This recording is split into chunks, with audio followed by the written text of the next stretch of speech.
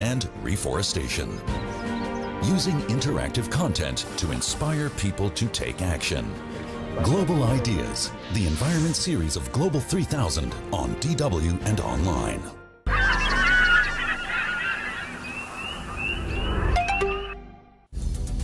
This is DW News Africa. Coming up in the next 15 minutes, fears the Ebola outbreak in Congo is surging out of control. The World Health Organization has partly suspended its vaccination campaign as violent attacks on treatment centers force NGOs to wind down their services. What does this mean for the latest outbreak of the deadly virus? And Sudan's Defiant demonstrators, people from across the country, are pouring into the capital, Khartoum, to keep the pressure on the military council to put a civilian government in place. We'll hear from one of the protest leaders.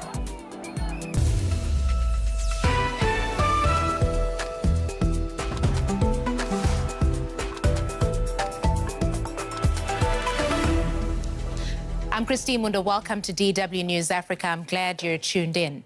An Ebola outbreak in eastern Congo is said to be surging out of control as attacks on treatment centers stall efforts to treat those infected and to end the spread of the virus. Now, attacks in North Kivu province have forced the World Health Organization to suspend its vaccination program in one of the hotspots of the outbreak. Since being declared last August, the outbreak has more than 1,300 confirmed and probable cases, including 855 deaths. And the new number of causes, or rather cases, has risen alarmingly in recent weeks. Workers prepare the body of a child for burial. Another victim of this current outbreak of the disease. The young are especially vulnerable. 2 out of 3 children who contract Ebola die. But about half of adults survive. Here at this treatment centre in Beni in eastern Congo, some of the survivors are working to treat new patients, motivated by what they've been through themselves. My uncle became sick first, and my parents went to look after him. He died, and then they got sick and died. In the end, we lost 10 people. 4 of us survived. Fighting Ebola is dangerous enough. Strict rules need to be followed. Workers need to be masked and covered. The outfits are hot and cumbersome, especially in the stifling tropical temperatures of eastern Congo. And then there's the violence. Last Friday, attackers shot and killed an epidemiologist from Cameroon working at a hospital in the city of Butembo. In nearby Katwa, attackers armed with machetes then tried to burn down an Ebola treatment centre. Security personnel guarding the site shot dead one of the attackers and arrested another 5. The attacks on Ebola treatment centres are further complicating the fight against the outbreak. Distrust of health workers and superstition is also complicating medical efforts to contain the disease. President Felix Tshisekedi toured the treatment centre and appealed for people to accept the doctors and accept the disease is real. I ask you, my countrymen, my fathers, my little brothers, listen and cooperate with the medical response teams that are working tirelessly here to eradicate this disease. If you do so, this disease will not spread anywhere anymore, and we will contain it and get rid of it completely. So far, invocations like that have not had the desired results. The battle against this outbreak of Ebola hangs in the balance. Dr. Anne-Marie Pegg from Doctors Without Borders has recently been in eastern Congo. She joins us now from Paris, where she's involved in coordinating efforts on the ground. Welcome to DW, Dr. Pegg. So we're learning that health workers are being forced to suspend some of their operations on the ground, the latest being the WHO today. What does this mean for this latest outbreak of Ebola, which is already one of the deadliest we've seen?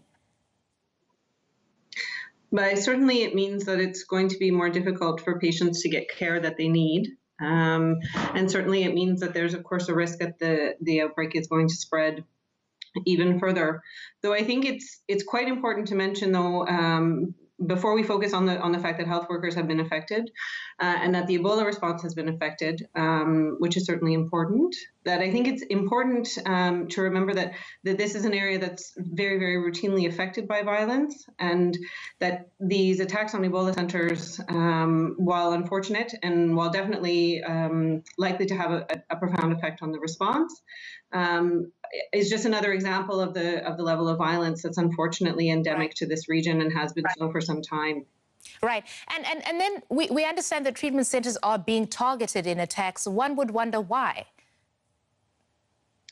I think those reasons are complex, and I don't think it's necessarily possible to say for sure why the treatment centers are being affected or why the Ebola response as an entity is being targeted.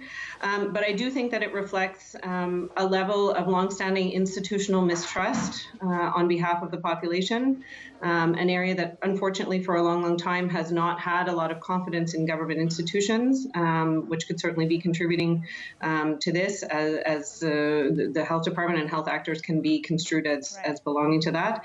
And also to certainly remember that it's an area that's prone to political manipulations for various different reasons. And certainly the Ebola response might be the latest one. Okay, and you've just been on the ground. You've recently returned. Some of your colleagues are still there. What is the situation like? What is it like being on the ground in these areas doing this work? I mean, it's tense for sure.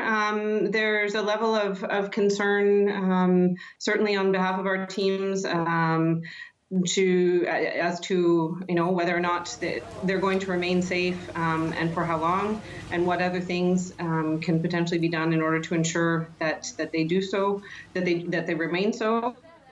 Certainly, it's put a lot of it's emphasized the importance in maintaining contact with all of the sectors of the community that we've been able to speak to, and to have an ear even closer to the ground in order to make sure that our activities are able to continue. Right. Your organization has today called on the world to rethink the response to Ebola. What is meant by that? I think it means that it's time to look at how can we do what we're doing in a better way. How can the Ebola response respond to not only the threat of Ebola in this area, but how can this become a mechanism by which the health system overall can perhaps be left stronger as opposed to weaker when the epidemic does eventually end? All right, Dr. Peg, lastly, I'll leave it here. We've been talking about, attacks on treatment centers and the forced suspension of some services on the ground and the fact that this is one of the deadliest outbreaks of Ebola. But it's not all doom and gloom, particularly when you compare this latest outbreak to the previous one that we saw in West Africa a few years ago. Mm-hmm. Certainly. Yeah, I mean, yes, this is the second biggest epidemic that's been recorded, but you're absolutely correct. It's nowhere near the amplitude that we saw in West Africa, which should definitely be seen as a good thing. That it's not yet completely out of control, and I think that there's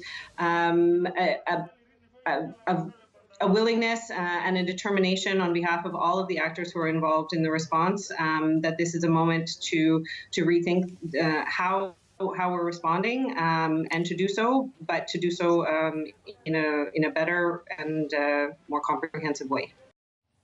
Okay, that was Dr. Anne-Marie Peg from Doctors Without Borders. I want to bring this to you briefly. South African authorities are responding to a flood emergency which has killed more than 50 people in the southern and eastern parts of the country. More than 1,000 people have been displaced. Now, heavy rains have triggered flooding and mudslides in coastal areas of the province of KwaZulu-Natal.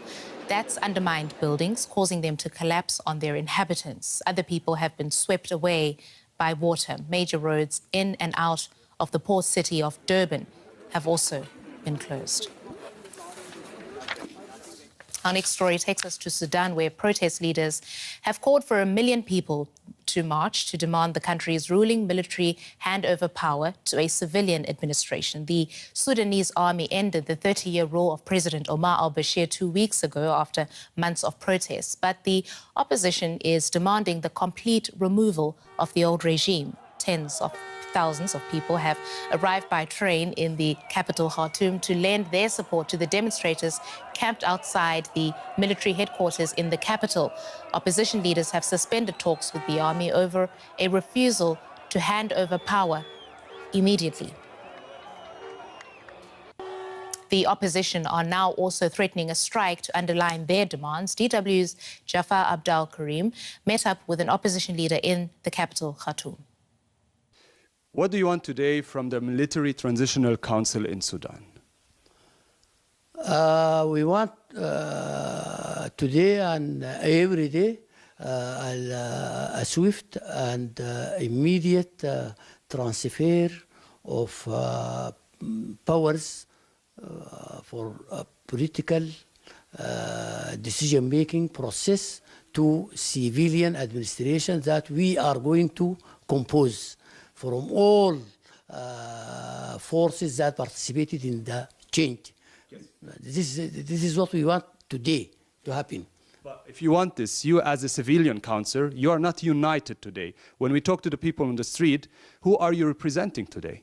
We are 100% united because we have a long history of working together and we have signed together one consolidated document which we call Declaration for Freedom and Change, and all parties to that declaration are committed to the letter and soul of what being presented in that declaration. So there is no problem. We are united, 100%. If you say you're united, what would happen if the military council don't hand over the power to a civilian council? What will you do? We are going to continue our struggle to gain power for the people, and in this, for this end, we are going, of course, to step up our struggle, including declaration of political strike and civil disobedience. What does that mean exactly? What would you do? That means all people to stop from working and to stop paying taxes and obeying the laws that serve the government. When would this happen? This is as soon as we get convinced that we reached a deadlock in our endeavors to affect this transfer. As soon as we get convinced, we are going to declare that. Thank you so much. All right, that was DW's Jafar Abdul Karim speaking to one of the protest leaders in Sudan. And that is it for now from DW News Africa. As always, you can catch all our stories on our website and Facebook page. Let's interact there. I'm on Twitter at Windwa7. Till next time, bye-bye.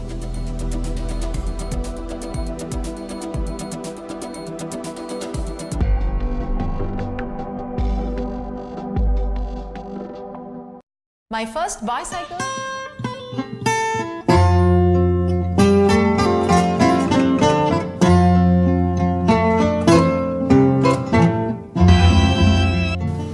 Fear over electoral rigging rocks Zimbabwe as the country. Yesterday, after listening to Prime Minister May's assessment of the state of the negotiations.